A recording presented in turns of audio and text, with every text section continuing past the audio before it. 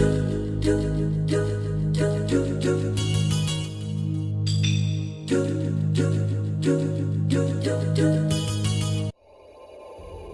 are my first and my only friend.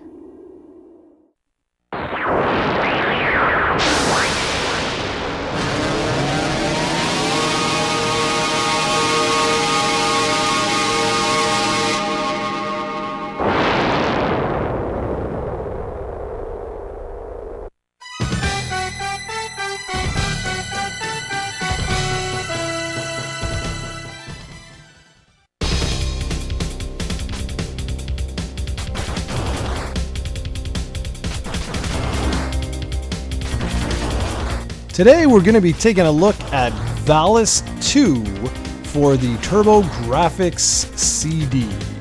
The game was originally released on the PC-88, the PC-98, and the MSX home computer in 1989. Like I just said, this version that you're seeing here is the updated 1990 version for the TurboGrafx-CD.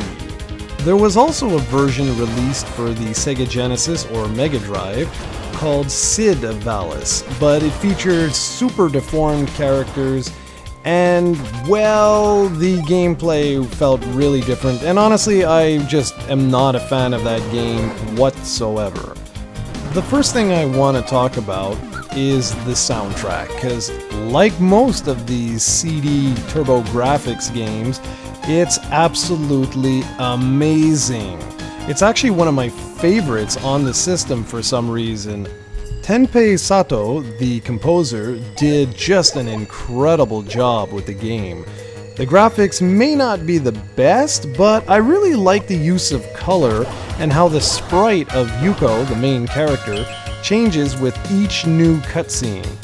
Specifically talking about the cutscenes, you'll notice that there's a green border around them in the video. Now, I was going to remove this, but I just wanted to show you how butt ugly it is, so I decided to keep it in. Now, honestly, you can't expect too much from such an early CD-based game, but yeah, it doesn't look that hot. Although the cutscenes themselves look awesome. For anyone curious about the story, all I can tell you is don't be curious about the story because it's so generic, it's not that important. All you need to know is that you control the Sword of Valis and that there's this impending war about to happen and you have to stop a ruthless psycho. And honestly, that's about it. Now, given the time of its release, Valis II was something of an oddity, as the first game in the series never hit the TurboGrafx-16. So you can imagine people like me going and picking the game up and going, what the hell, Valis II? Where's Valis I? Well, the truth is that the PC Engine would actually get an enhanced version of the original Valis I, but many years later, and I'll actually cover that game in further detail in a future episode. There's something else I wanted to mention specifically about the audio, and that's the fact that the voice acting is absolutely cheesy as hell, just like virtually all the early CD-based games, and you either love it or hate it. For me, I think it's absolutely hysterically bad, but in a good way. The gameplay is basic action platforming at its best.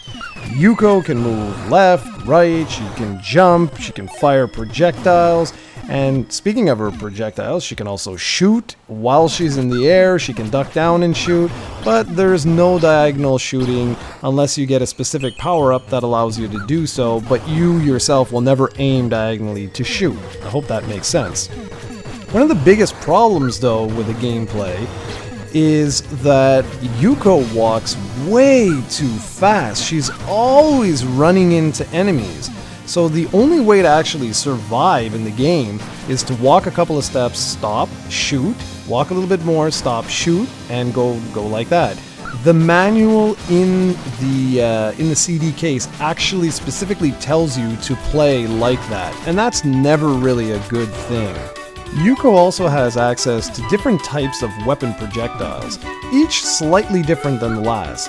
Some can cancel every projectile that it comes in contact with. As I already mentioned, some will actually allow you to shoot diagonally. And you can even boost their effectiveness by finding weapon upgrades, which is really useful. Yuko can also find a protective barrier, a lightning special attack, and a variety of other goodies along the way. The 6 stages are fairly well designed and are pretty much non-linear, meaning that you can actually locate hidden areas with tons of great power-ups. The only downside is that you often can't see the enemies above you as you're making a way to these areas, which causes you to get hurt quite a bit. Overall, Valis II is a fun game. It's just not anything wow. I like the large boss battles, although I find the game overly easy. It automatically saves your progress as you make your way through the game, and there are unlimited continues, and when you die, you'll actually start right where you left off. In the case of a boss battle, the boss retains its reduced life meter, and yet you just start right there, bam, and you can just literally often just stand in one place if you have enough lives and just, go to town with your weapon. If you get hurt or killed, who cares? You just come right back and just stand in one place and you'll just pile drive the boss. If you add all these different elements together, Valis II is one of those games where if you can find it for a good price, it's definitely worth checking out. It's just don't expect monumental gameplay or a game that's going to stick with you months after you purchase it. It's an average playing game with a kick-ass soundtrack and moderately good graphics with some average gameplay. So that, ladies and gentlemen, is Valis II for the TurboGrafx-CD.